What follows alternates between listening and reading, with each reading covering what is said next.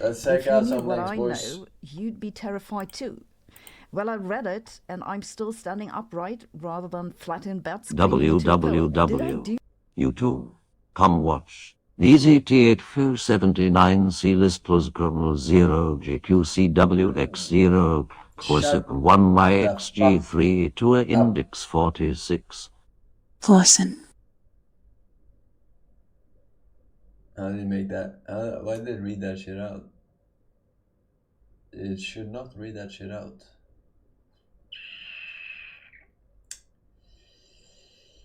I am clueless as to how that happened.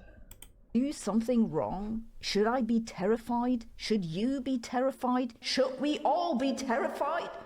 Let's have a look. I had high expectations when I read Bill McGuire's article on the CNN opinion page. Nothing quite like a little bit of existential dread to go with breakfast. But the only new thing the article taught me is that there was a recent study in the UK which found that, quote, scary images of wildfires and other climate-related catastrophes around the world were effective at cultivating climate anxiety. Oh, great. And that they spurred people to adopt measures that help to reduce emissions. Basically, this climate scientist is advocating that we scare people into action.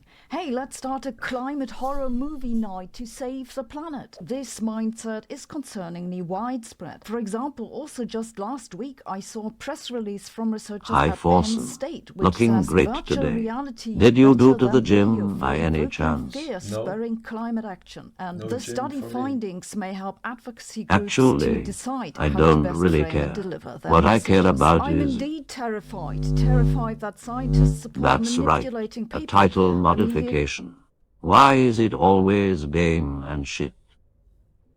Because that's all we do on this channel. Games and shit. expect that from advocacy groups, that they'll try to appeal to your emotions rather than reasoning, but I'd wish that scientists stick with informing people. So let me give you some information about the climate developments in the past month, and then you can make up your own mind about whether it's time to be terrified. The last year was the warmest on record in terms of global temperatures. It also saw a peculiar temperature anomaly in the North Atlantic Ocean, where temperatures went off the charts. The global temperature records have continued into this year, and so has the temperature anomaly in the Atlantic Ocean, though at the moment it looks like at least it's stopped to further increase. Part of the record temperatures can be attributed to a natural climate fluctuation known as I have the a hot Southern take. Oscillation. Chat that switches spam was back and better forth before between said the emote became a thing. Now every other spam is somehow related to ejaculating. Fuck you, chat. True. El Niño phase and a colder La Niña phase. Last year, we switched to the warmer one. These phases typically last 1 or 2 years, but according to a projection from NOAA just last week, the current warmer phase is weakening already, and it now looks like we're going to switch back to the colder one by the summer. Together with the expected regression to the mean, this makes it somewhat unlikely that this year will be much hotter than the previous one. What's with this temperature anomaly in the North Atlantic Ocean? Climate scientists have considered various possible causes, such as a decline in emissions from ships after a change of law in 2020 or an underwater volcano eruption. However, other scientists say that these influences wouldn't be large enough to explain the observation. So basically no one knows, but clearly it's aliens installing hot tubs underwater.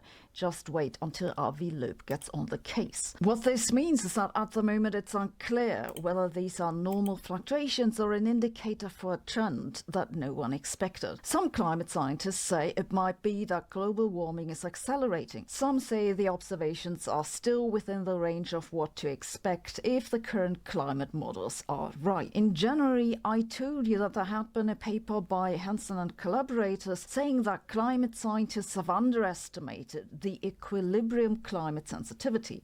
The equilibrium climate sensitivity, in a nutshell, tells you how quickly the world will warm. The Hansen et al. Study was a reanalysis of old data, by which I mean, fossil records and ice cores and stuff. There has now been another study of data in the more recent past, since the 1980s. They confirm that it's possible that current climate models have in bulk underestimated how fast temperatures will increase. It's because many of these climate models aren't particularly good at getting the temperature distribution in oceans right. It's kind of a known problem. In the new Alright,